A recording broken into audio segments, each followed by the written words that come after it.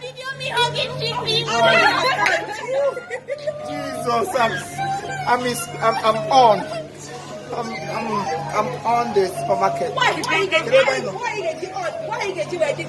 now? It doesn't on now. Get who na a collapse and they collapse. I want to say.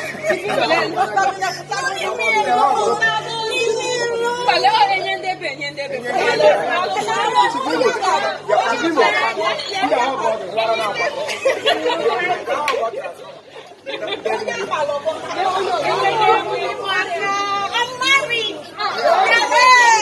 Our wedding. Jesus.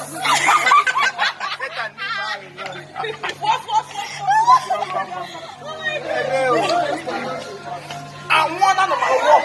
Jesus. Hey, when them leave here, my sister, please don't get the seat. Don't get it twisted. Ammonia. Her mother murdered my mother. Are you serious? So I'm in a relation into occultic. Awkward them. Here it is. You may give a take. You may take pregnancy test.